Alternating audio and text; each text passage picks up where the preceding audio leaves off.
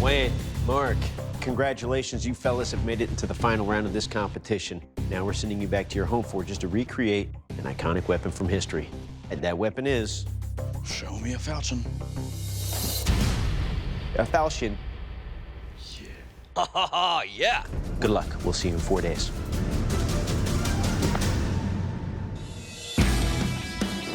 We made it back. Welcome to Pirate Forge. You know, I've done my research, and back in the day, the armor was getting tougher, you know, thicker leather, introduction of chainmail and whatnot. So they needed something that was going to cut and chop with the strength of an axe, but still be wielded like a sword. And that's when the falchion was born. My plan for the design on this, I'm going to go with the Damascus pattern. What I'm wanting to do is make 2 solid billets that we draw out, cut and restack to make the 1 billet for the falchion. This is really taking a lot of time, and this is a lot more work than I thought it was going to be. Hammering out and setting forge welds on such monster billets, I've definitely forgot, you know, how difficult that was. I mean, if I would have used a mono steel billet, I could have already had this falchion forged. We're here back in my home forge in South Burlington, Vermont. Boom. I think that 4 days is tight. Man, 3/8 inch is no joke. The falchion has this swell that really gives a lot of forward weight and makes it great for chopping. So I have to figure out where I want to put in this swell and how to hammer it out. So thin.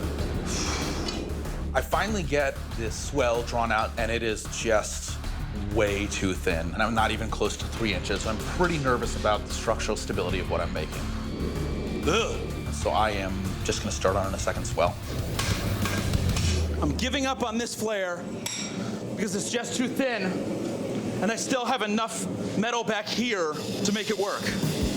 What I realized is that the first time I wanted to move the metal completely horizontally from spine to edge, and the way that I was doing it was moving some of the metal lengthwise and enough of the metal lengthwise that it just got too thin. I put into practice what I learned making the first swell. It's already going a lot better, a lot faster, and getting a lot wider without getting as thin as it did the first time. Except for day 1. It's day 2. Best case scenario, we get the sucker drawn out, we get it quenched, it comes out looking great. Never quenched a blade this big. I don't know what's going to happen. We're about to make this thing change into a real sword. This is a special, momentous occasion. I was so inspired by this blade. I was like, there should be a falchion song.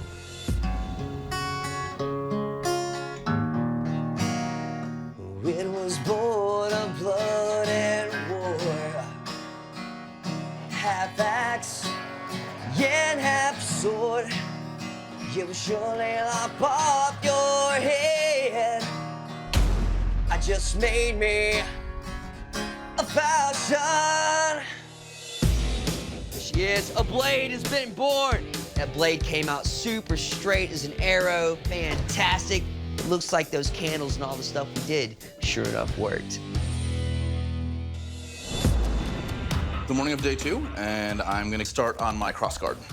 I only have 1 piece of brass that I can try this with, so I'm hoping to get it right on the first try. The fittings are a huge part of this, and getting all of that to just really fit tightly, snugly, be comfortable in the hand is going to be hopefully where I'm able to win this competition. Should be good enough. Let's do this! I'm feeling good about the blade going to the last day. My only concern is just getting the weight where it needs to be. It's a little bit heavy. I went ahead and decided we're going for fullers. I don't have a whole lot of time left. I'm gonna have to be very strategic in everything I do today. I feel so accomplished. You know, for 4 days, pulling off a blade this big, with the Damascus pattern, with the fit and finish that I got on it, I couldn't be any happier. It's the dawn of the final day. I was able to get the blade quenched and tempered. Perfect. Now it's time to grind, shape, and glue. This has been a bunch of firsts for me. First on length, first on a guard, first on a pommel. It's just nonstop firsts. I know that there are some steps that I rushed, but for a 4-day build, pretty happy with this. All right, bladesmiths, this is the kill test. To find out what kind of lethal damage your weapon will do according to its historic design, I will try to cut this big carcass in half. Wayne, you're up first. You ready for this? Absolutely.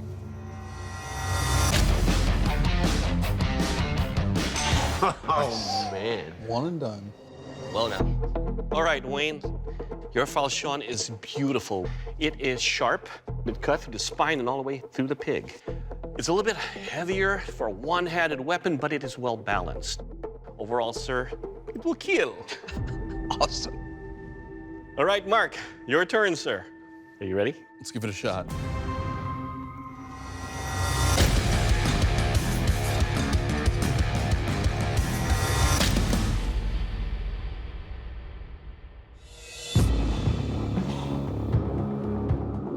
All right, Mark, let's talk about your falchion here. It's a nice, lighter blade. Your edges are sharp enough to cut through spine, but the problem I have here is your guard. Your edges here are not rounded. They dig in right here where the thumb is. But your blade, sir, it will kill. Thank you. All right, gentlemen, to test the strength and overall construction of your blades, I'll be attacking our armored dummy here. This test is not about what your swords do to that armor. It's about what that armor does to your swords. Wayne, you're up. You ready? Let's do it.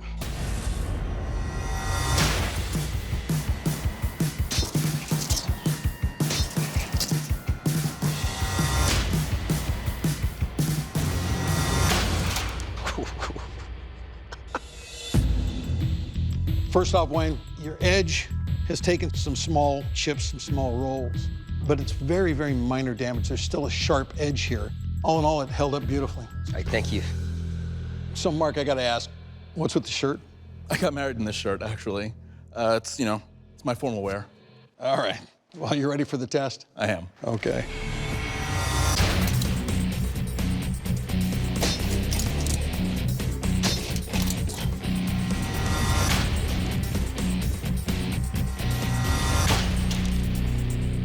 Not bad.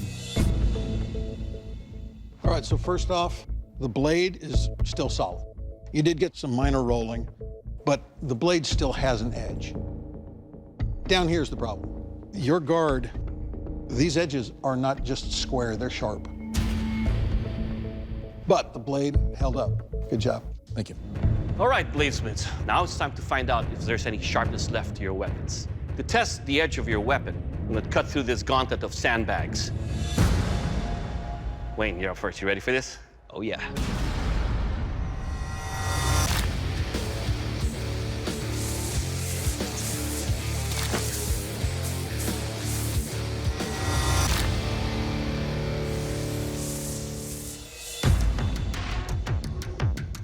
All right, Wayne, your weapon is sharp. On every swing, it cuts and slashes nicely. And most importantly, aside from being smurfed, it will cut. Awesome. All right, Mark, it's your turn. You ready? I am.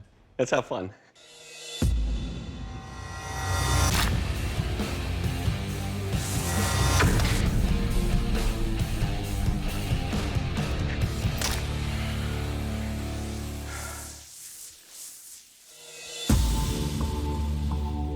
All right, Mark, and as you can see on both of these bags, it cut deeply.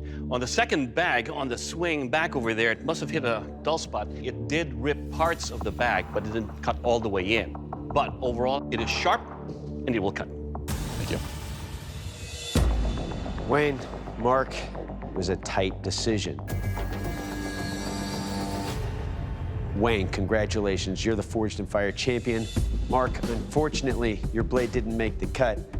And Mark, you made a good blade, there's no doubt about that. But the big problem is mainly your guard. Not rounding off those sections, those sharp corners will bite into the user's hand. And if a weapon's gonna hurt a user, they're not gonna use it. Please surrender your weapon and leave the forge. From start to finish, this whole thing was a learning process for me, and I honestly think I have gotten years worth of experience and feedback in just a short time. Great job, man. Oh, yeah, man. You too. This experience was life-changing. Wayne, Congratulations, you are one badass, everlasting bladesmith and our new Forged in Fire champion. Good job, brother. Yeah! Yes! Yeah! Please, at this time, present your blade to our judges. So I did it! Man, I wanted it! Next for me, I'm gonna get back on the same thing that's led me to this point, which is just non-stop, going full throttle. I'm just gonna keep pushing. I'm gonna keep getting better and better.